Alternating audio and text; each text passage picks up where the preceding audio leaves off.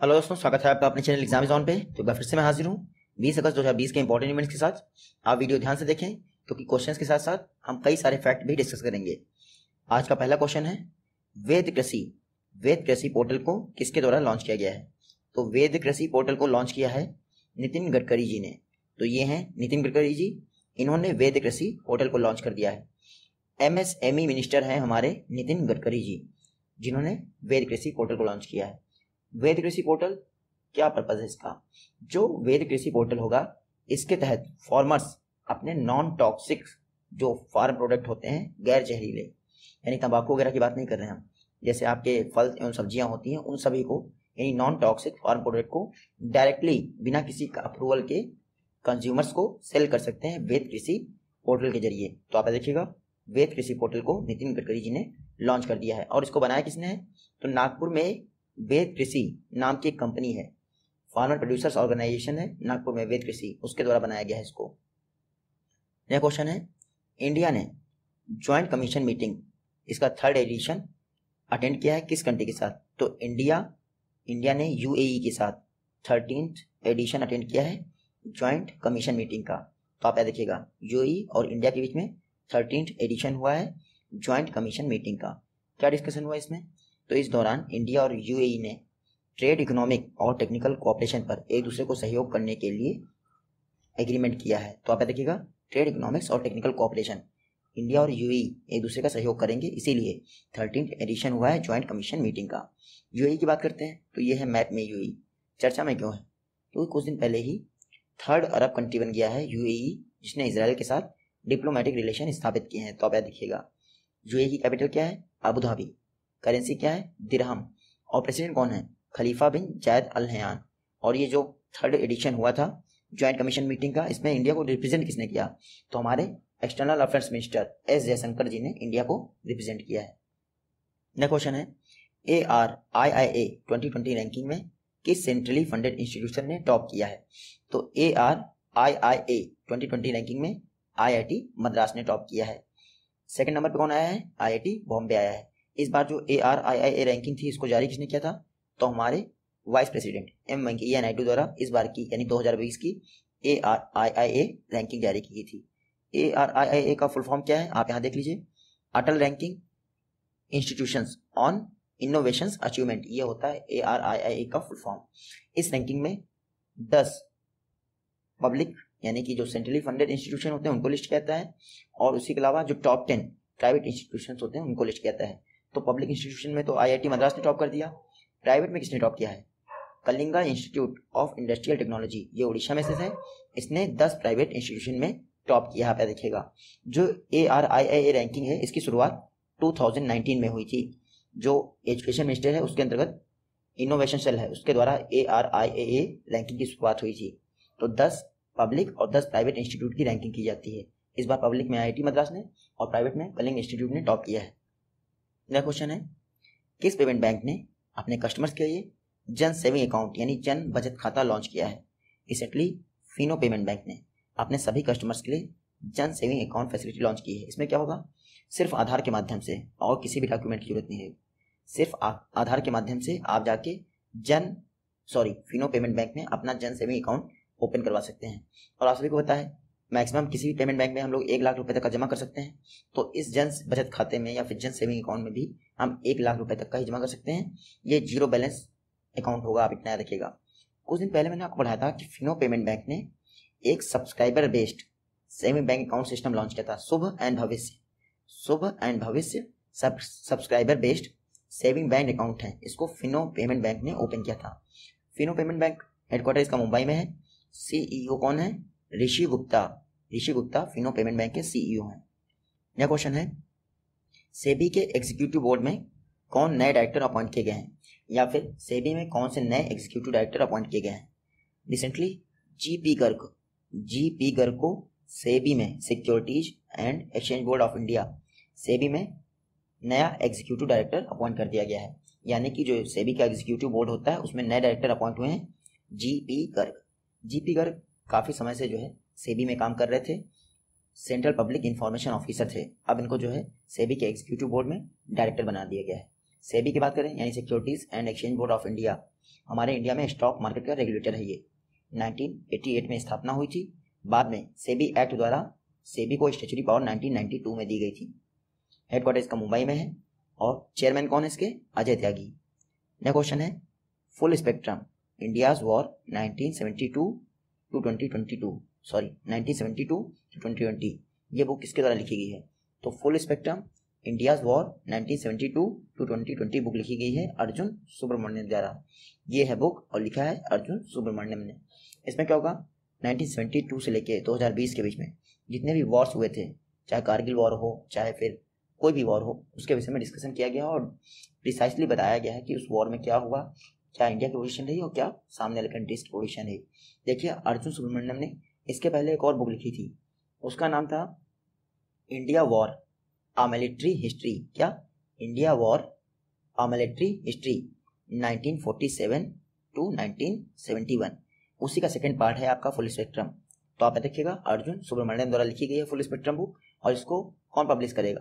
तो इसको hopper Collins limited यही पब्लिश करता है। आप देखिएगा। नेक्स्ट क्वेश्चन है आईपीएल 2020 के लिए ऑफिशियल स्पॉन्सरशिप किसको मिली है? तो चाइनीज कंपनी को बाहर कर दिया गया है इंडिया से, आप सभी को पता है। तो इस बार बीसीसीआई ने आईपीएल 2020 के लिए जो ऑफिशियल स्पॉन्सरशिप है वो दी है ड्रीम 11 को। किसको? ड्रीम 11 को दी है। इससे पहले आईपीएल की स्पॉन्सरशिप किसके पास थी? वीवो के पास थी। तो अब चाइनीज कंपनी से लेके किसी इंडियन कंपनी को इस बार के आईपीएल की स्पॉन्सरशिप दे दी गई है। इस बार का आईपीएल यूएई में होना है, सितंबर 2020 में यूएई में होना है और उसके आईपीएल की स्पॉन्सरशिप ड्रीम 11 को मिली है। कितने में डील हुई है? तो 222 करोड़ रुपए में ये स्पॉन्सरशिप मिली है और दिसंबर 2020 तक वैलिड रहेगी। जो आपकी ड्रीम 11 है ये एक इंडियन स्पोर्ट प्लेटफॉर्म फर्म है। इसके फाउंडर आप देखिएगा हर्ष जैन और भावित सेठ ड्रीम 11 के फाउंडर हैं। हेडक्वार्टर है इसका मुंबई में। यह क्वेश्चन है वर्ल्ड ह्यूमैनिटेरियन डे ये किस डेट को ऑब्जर्व किया जाता है? यानी विश्व मानवतावादी दिवस प्रत्येक वर्ष 9 अगस्त को 19 अगस्त को ऑब्जर्व किया जाता है। इस बार का जो वर्ल्ड ह्यूमैनिटेरियन डे है उसका थीम क्या है? रियल लाइफ हीरोज, ये इसका थीम है। अच्छा 19 अगस्त को ही क्यों मनाया जाता है? देखिए 2003 में इराक में कैनॉल होटल था, कैनॉल होटल इराक में था, उस पर बॉम्ब ब्लास्टिंग की गई थी जिससे जो है 22 लोगों की मौत हो गई थी। साथ ही साथ जो इराक के चीफ ह्यूमैनिटेरियन कमिश्नर थे उनकी भी मौत हो गई थी। उनका नाम जानना आपके लिए इंपॉर्टेंट नहीं है, इसीलिए 19 अगस्त को प्रत्येक वर्ष वर्ल्ड ह्यूमैनिटेरियन डे मनाया जाता है। लेकिन इसकी शुरुआत हुई थी 2009 से, तो आप इतना याद रखिएगा। नेक्स्ट क्वेश्चन है 3 डे लॉन्ग नेवल कमांडर्स का सेशन स्टार्ट हुआ है, किसके द्वारा इनॉग्रेट किया गया? तो रिसेंटली 3 दिनों तक चलने वाले नेवल कमांडर्स के सेशन का इनॉग्रेशन किया गया है डिफेंस मिनिस्टर राजनाथ सिंह द्वारा। देखिए हर 2 वर्ष पे नेवल कमांडर्स का सेशन होता है, इस बार फिर से स्टार्ट हुआ है और ये है राजनाथ सिंह जी, इन्होंने इनॉग्रेशन किया है नेवल कमांडर्स के सेशन का। तो आप इतना याद रखिएगा। इस बार जो ये नेवल कमांडर्स का सेशन हो रहा है इसका एजेंडा क्या है? Navy's modernisation and security in Indian Ocean, ये है इस बार का एजेंडा। क्योंकि इंडियन नेवी ऑर्गेनाइज कर रही है और जो कमांडर थे रिटायर्ड हो चुके या फिर वर्तमान में जो कमांडर है वो सभी इसमें पार्टिसिपेट कर रहे हैं। बात करते हैं इंडियन नेवी की, तो सितंबर 1612 में इंडियन नेवी की स्थापना हुई थी। हेडक्वार्टर कहाँ है इसका? न्यू दिल्ली में है। वर्तमान में जो 24th नेवल चीफ है उनका नाम क्या है? करमवीर सिंह, एडमिरल करमवीर सिंह नेवी के 24th चीफ हैं। मोटो आप याद रखिएगा, मोटो होता है सम नो वरुड़ा। नया क्वेश्चन है आप बताना इनमें से कौन सी स्कीम छत्तीसगढ़ से रिलेटेड नहीं है? तो पढ़ई तुहार पैरा ये स्कीम छत्तीसगढ़ से रिलेटेड है। बुलटू के बोल ये भी छत्तीसगढ़ से रिलेटेड है। मुख्यमंत्री स्लम स्वास्थ्य योजना ये भी छत्तीसगढ़ गवर्नमेंट ने लॉन्च की है। ये जो जीजाबाई स्वास्थ्य बीमा योजना है ये छत्तीसगढ़ से रिलेटेड नहीं है। देखिए रिसेंटली छत्तीसगढ़ के सीएम भूपेश बघेल जी ने 4 स्कीमें लॉन्च की है। पहली स्कीम है पढ़ई तुहार पैरा, इसमें क्या है जो स्टूडेंट स्कूल नहीं जा रहे हैं उनको लोकल कम्युनिटी द्वारा एजुकेशन प्रोवाइड की जाएगी वहीं पर जहां वो रहते हैं, तो इसीलिए पढ़ई तुहार पैरा स्कीम लॉन्च की गई है। उसके अलावा बुलटू के बोल ये स्कीम क्या है? इसमें जो है ब्लूटूथ आधारित प्रोग्राम लॉन्च किया गया है जिसके तहत स्टडी मटेरियल प्रोवाइड किया जाएगा। उसके अलावा मुख्यमंत्री स्लम स्वास्थ्य योजना, जो लोग स्लम में रह रहे हैं अर्बन एरियाज में, उनकी जो है डोर स्टेप यानी घर घर जाकर हेल्थ फैसिलिटीज़ प्रोवाइड की जाएगी, साथ ही साथ उनकी चेकिंग की जाएगी। उसके अलावा ये लास्ट जो स्कीम है, यहाँ पे आप जीजाबाई जो है इसको आप अगर राधाबाई कर देंगे तो राधाबाई डायग्नोस्टिक सेंटर स्कीम, इसको भी छत्तीसगढ़ गवर्नमेंट ने लॉन्च किया है। तो ये 4 स्कीम छत्तीसगढ़ गवर्नमेंट ने लॉन्च की है, आप याद रखिएगा। ये है मैप में छत्तीसगढ़, कैपिटल तो रायपुर आप जानते ही हैं। छत्तीसगढ़ गवर्नमेंट ने कुछ दिन पहले गोवर्धन न्याय योजना लॉन्च की थी। उसके अलावा पुलिस के लोग होते हैं उनको डिप्रेशन से बाहर लाने के लिए स्पंदन प्रोग्राम भी लॉन्च किया था। सीएम मैंने आपको बता दिया, भूपेश बघेल यहाँ के सीएम है। गवर्नर कौन है? अनुसुईया यूके यहाँ की गवर्नर है। जब भी छत्तीसगढ़ की बात आए तो आप याद देखिएगा, चित्रकूट वाटरफॉल बहुत फेमस है, वो इंद्रावती रिवर पे है, छत्तीसगढ़ में है चित्रकूट वाटरफॉल। नेक्स्ट क्वेश्चन है, किस अफ्रीकन कंट्री के प्रेसिडेंट ने मिलिट्री कूप के कारण रिजाइन कर दिया है? तो रिसेंटली माली के प्रेसिडेंट, नाम है उनका इब्राहिम बौबाकर कायता, उन्होंने रिजाइन कर दिया है मिलिट्री कूप के कारण, यानी आर्मी ने विद्रोह कर दिया था माली में, जिसके बाद वहां के राष्ट्रपति इब्राहिम बौबाकर कायता को गन पॉइंट पे किडनैप कर लिया था आर्मी ने, जिसके बाद उनको रिजाइन करना पड़ा। तो आप देखिएगा, माली की बात करते हैं तो वेस्ट अफ्रीका में एक कंट्री है माली, कैपिटल ऑफ बमाको है इसकी, देख लीजिए। और करेंसी क्या है? सिर्फ CFA फ्रैंक की इसकी करेंसी है। और मैंने अभी बताया प्रेसिडेंट थे इसके इब्राहिम बौबाकर कायता, इन्होंने रिजाइन कर दिया है। नेक्स्ट क्वेश्चन है, MPEDA इन्होंने किस स्टेट में अपना क्वालिटी कंट्रोल सेंटर स्थापित किया है? तो MPEDA ने गुजरात के पोरबंदर में अपना क्वालिटी कंट्रोल सेंटर स्थापित कर दिया है। MPEDA मतलब marine products export development authority, ये जो है कॉमर्स मिनिस्ट्री के तहत आती है और जितने भी मरीन प्रोडक्ट होते हैं उनकी क्वालिटी इंश्योर करने का इसका लक्ष्य होता है।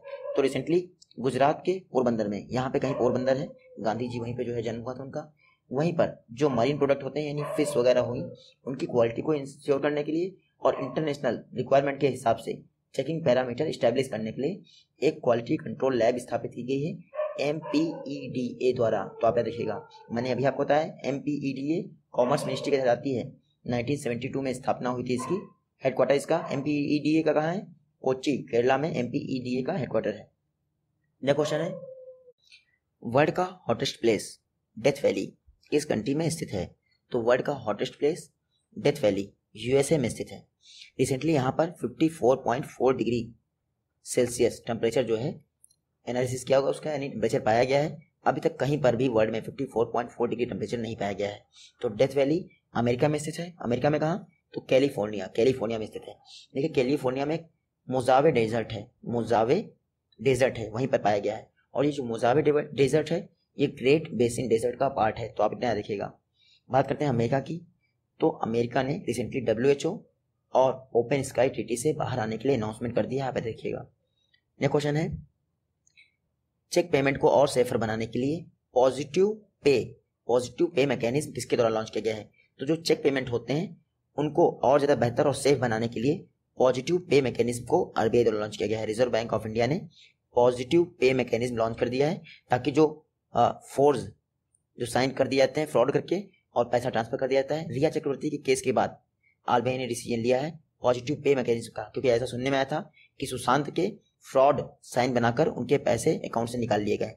तो positive pay mechanism cheque payment से रिलेटेड है, उसको और ज्यादा बेहतर और सेफ बनाने के लिए अब बैंक वाले क्या करेंगे, कॉल भी करेंगे और पूछेंगे क्या आपने साइन किया है, तभी आपका पेमेंट वेरीफाई होगा। तो पॉजिटिव पे मैकेनिज्म ये चेक पेमेंट को और बेहतर बनाने के लिए लॉन्च किया गया है RBI द्वारा। RBI की बात करते हैं तो हिल्टन यंग कमीशन की सिफारिश पर RBI एक्ट 1934 के द्वारा 1 अप्रैल 1935 को RBI की स्थापना हुई थी। कहाँ पे? कोलकाता में। बाद में 1937 में RBI का हेडक्वार्टर मुंबई ट्रांसफर कर दिया गया था। 1949 में RBI का नेशनलाइजेशन हो गया था। और आप याद रखिएगा 1949 में ही बैंकिंग रेगुलेशन एक्ट भी पास हुआ था। RBI के फर्स्ट गवर्नर कौन थे? Osborne Smith. फर्स्ट भारतीय गवर्नर कौन थे? CD देशमुख। वर्तमान में जो RBI के गवर्नर हैं 25th RBI गवर्नर वो हैं शक्तिकांत दास। नेक्स्ट क्वेश्चन है, भात भूत प्रोजेक्ट ये गुजरात गवर्नमेंट का प्रोजेक्ट है, आपको बताना है किस रिवर पे स्थित है। तो भात भूत प्रोजेक्ट ये गुजरात गवर्नमेंट का प्रोजेक्ट है जो नर्मदा रिवर पर स्थित है। आप याद रखिएगा भात भूत प्रोजेक्ट। देखिए खंभात की खाड़ी जो गल्फ ऑफ खंभात है वहां से लगभग 25 किलोमीटर की दूरी पर है भात भूत प्रोजेक्ट।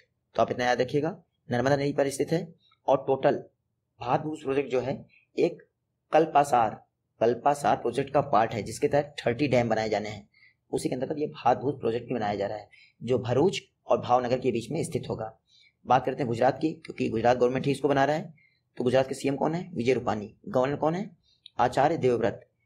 आप याद रखिएगा, रूफ टॉप सोलर इंस्टॉलेशन में गुजरात ने इस बार फिर से टॉप कर दिया है। और इंडिया की लार्जेस्ट कोस्टल लाइन किसकी है? लॉन्गेस्ट, गुजरात की ही है। नेक्स्ट क्वेश्चन देखते हैं, किस कंट्री ने इनोवेशन चैलेंज फंड के तहत इंडिया को 3 मिलियन यूरो प्रोवाइड किए हैं? तो रिसेंटली यूके ने इंडिया को 3 मिलियन यूरो प्रोवाइड किए हैं इनोवेशन चैलेंज फंड के तहत। तो यूके इसका सही जवाब होगा। देखिए 2018 में जो बोरिस जॉनसन नहीं, उस समय एक लेडीज थी प्राइम मिनिस्टर यहाँ की, मुझे नाम नहीं याद आ रहा है। तो उस दौरान इंडिया के प्राइम मिनिस्टर और वहाँ के प्राइम मिनिस्टर ने साथ मिलकर एक इनोवेशन चैलेंज फंड स्थापित किया था। उसी के अंतर्गत 3 मिलियन यूरो प्रोवाइड किए गए हैं यूके द्वारा इंडिया को। इसमें क्या होगा? देखिए कोविड-19 को टैकल करने के लिए और जो क्लाइमेट इमरजेंसी हो रही है उसको टैकल करने के लिए सो साइंटिस्ट हैं, एकेडमिया हैं, इंडस्ट्री हैं, उन सभी को फाइनेंशियल असिस्टेंस प्रोवाइड की जाएगी इस 3 मिलियन यूरो प्रोजेक्ट से। तो इसीलिए यूनाइटेड किंगडम ने इंडिया को ये 3 मिलियन यूरो का असिस्टेंस प्रोवाइड किया है इनोवेशन चैलेंज फंड के अंतर्गत। इस समय वैसे पीएम कौन है यूके के? तो बोरिस जॉनसन है। यूके करेंसी क्या है? Pound sterling. नेक्स्ट क्वेश्चन है, इंडिजिनस माइक्रो प्रोसेसिंग चैलेंज यानी स्वदेशी माइक्रो प्रोसेसर चैलेंज प्रोग्राम को किस मिनिस्ट्री द्वारा लॉन्च किया गया है? तो स्वदेशी माइक्रो प्रोसेसर को डेवलप करने के लिए एक indigenous microprocessor challenge launch किया गया है ministry of electronics and information technology द्वारा। मिनिस्टर कौन है इसके? रविशंकर प्रसाद। देखिए इंडियन गवर्नमेंट का जो department of science and technology है उसके साथ मिलकर कई सारी संस्थाओं ने शक्ति और वेगा नाम के 2 बेहतरीन माइक्रो प्रोसेसर बनाए थे। उन्हीं के सेम यानी उनको एक लेवल रखा गया है, उन्हीं के जैसे माइक्रो प्रोसेसर डेवलप करने के लिए ये indigenous microprocessor challenge program launch किया गया है ministry of electronics and information technology द्वारा। जो भी जीतेगा उसको 4.3 करोड़ का इनाम दिया जाएगा। तो आप देखिएगा रविशंकर प्रसाद जी ने ये स्वदेशी माइक्रो प्रोसेसर चैलेंज लॉन्च कर दिया है। आज का लास्ट क्वेश्चन है, वोकले ये एक स्पोर्ट आई ग्लासेस की कंपनी है। आपको पता है इसने अपना नया ब्रांड एम्बेसडर किसे बनाया है? तो रिसेंटली रोहित शर्मा ओकले के ब्रांड एम्बेसडर बने हैं। ये हैं रोहित शर्मा, यही जो है ओकले के ब्रांड एम्बेसडर बन गए। आप देख रहे हैं ना, इन्होंने जो चश्मा पहन रखा है वो ओकले का है। ओकले क्या है? अमेरिका में स्थित एक स्पोर्ट आई वियर कंपनी है, यानी आंखों पर पहनने वाले गॉगल्स बनाती है। रिसेंटली रोहित शर्मा इसके ब्रांड एम्बेसडर बन गए। जल्दी मिलते हैं आप सभी नेक्स्ट वीडियो में, तब तक के लिए take care, goodbye and Jai Hind.